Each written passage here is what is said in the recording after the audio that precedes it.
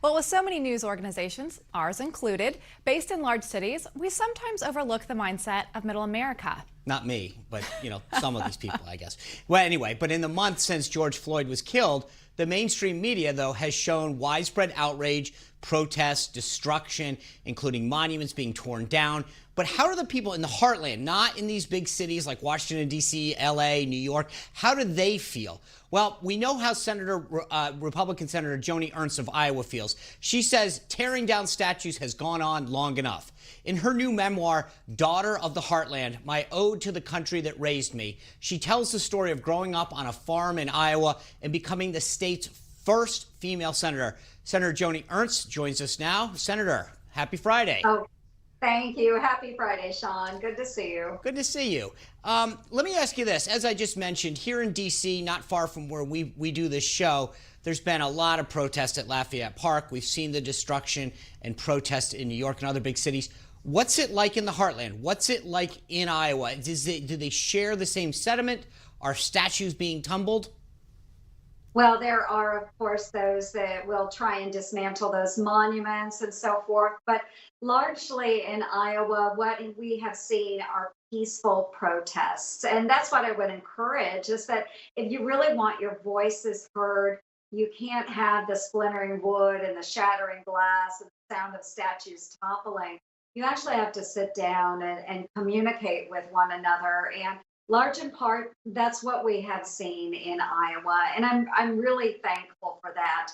And we've had meaningful discussions, and our Iowa legislature just a couple of weeks ago, they rapidly, in a bipartisan way, passed police reform that works for both the Democrats and the Republicans. And that's what we'd like to see more of here in Washington, D.C.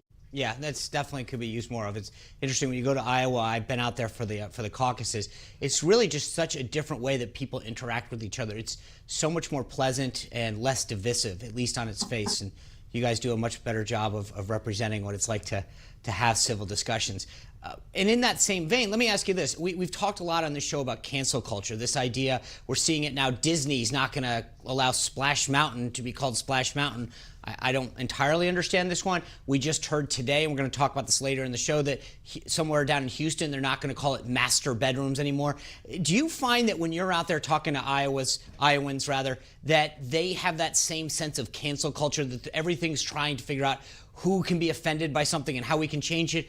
Or is there more of an understanding in Iowa that, like, you don't have to go that far and everybody can't be offended by everything? Well, I think there is much more of an attitude that we can't be offended by everything. And certainly we don't want to erase our history. We need to understand and learn from our history. And I think that's where Iowans are pretty pragmatic and in understanding that, you know what, if we're going to tell one side of the story, we need to make sure that we're telling the other side of the story too. And so while we have some blemishes in our history, some really deep and ugly and disturbing parts of our American history, we certainly can learn from that, and we need to learn from that. And we need to have those very, very tough conversations about how that happened, how we can overcome and do better. And so I think Iowans, by and large, they understand. We want to listen. We want to learn. We want to tell the whole truth of America. And the great thing is that because it is America, we have the opportunity to overcome all of those blemishes in our history. We're a blessed nation. That's right.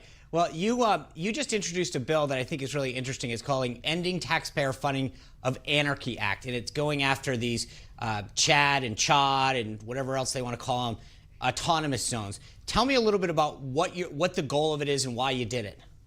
Well, exactly. So these areas, whether it's Chaz or CHOP or who knows what else, if they are truly wanting to be an autonomous zone, then they should not be relying on the federal government's tax dollars. So what I'm recommending is that those cities, those communities where the mayors refuse to allow law enforcement to do their jobs, then those mayors should suffer the consequences of not having federal taxpayer monies flowing into their cities. We don't need anarchy. We don't need these autonomous zones. What we need to do is find solutions. And you can't do that when you have these areas cropping up across the United States, mayors losing all control of their communities, and law enforcement really being put out to pasture. That doesn't work. We have to protect our public. So, okay, if that's what they want to be autonomous. Let's get rid of those taxpayer dollars. Yeah, I can't agree. I mean, I appreciate you doing this because the nonsense has got to stop. And when you watch a place like Seattle, I understand some people want to protest, but they're blocking in all these other people who probably don't agree with that. And so they've got to have something that you're doing, something like what you're doing to end the nonsense and the silliness. So there's got to be a reality to that. Let me just switch gears a second. I talked about how there's a little bit sometimes a difference between being in the heartland and being in the cities. We're also seeing this as far as COVID. And I know that there are some Tyson food plant workers out there that recently died because of COVID. What is the COVID situation in Iowa versus, say, what we're seeing here in the Washington, D.C. area? Is it as bad? Is it mitigated? Are cases and deaths going down or up? And are hospitalizations going down or up? What's the lay of the land there? Well, I have asked to get more information about this, but certainly we do have hot spots and we do see numbers that are increasing. But we are trying to see if there are corresponding hospitalizations and deaths that are going up as well. And so if not, it could be that our younger, healthier population is being exposed. And maybe it's not as bad as what we saw in the spring as far as the overall health concerns. So that we will have to track. I encourage everybody, though, as we are trying to open the economy, move smartly, move safely, do the things that will protect you and your family. The simple things, washing our hands, coughing into our sleeves. I mean, those are easy things to do. And certainly if you're part of a vulnerable population, stay home. All good advice. Senator, have a great weekend. Thanks for being with us, and congratulations on the book, Daughter of the Heartland. I'm sure it's available on Amazon and everywhere you can buy books. Congratulations, and thank you for sharing your story with us. Thanks so much, Sean. Have a great day. All right, will do.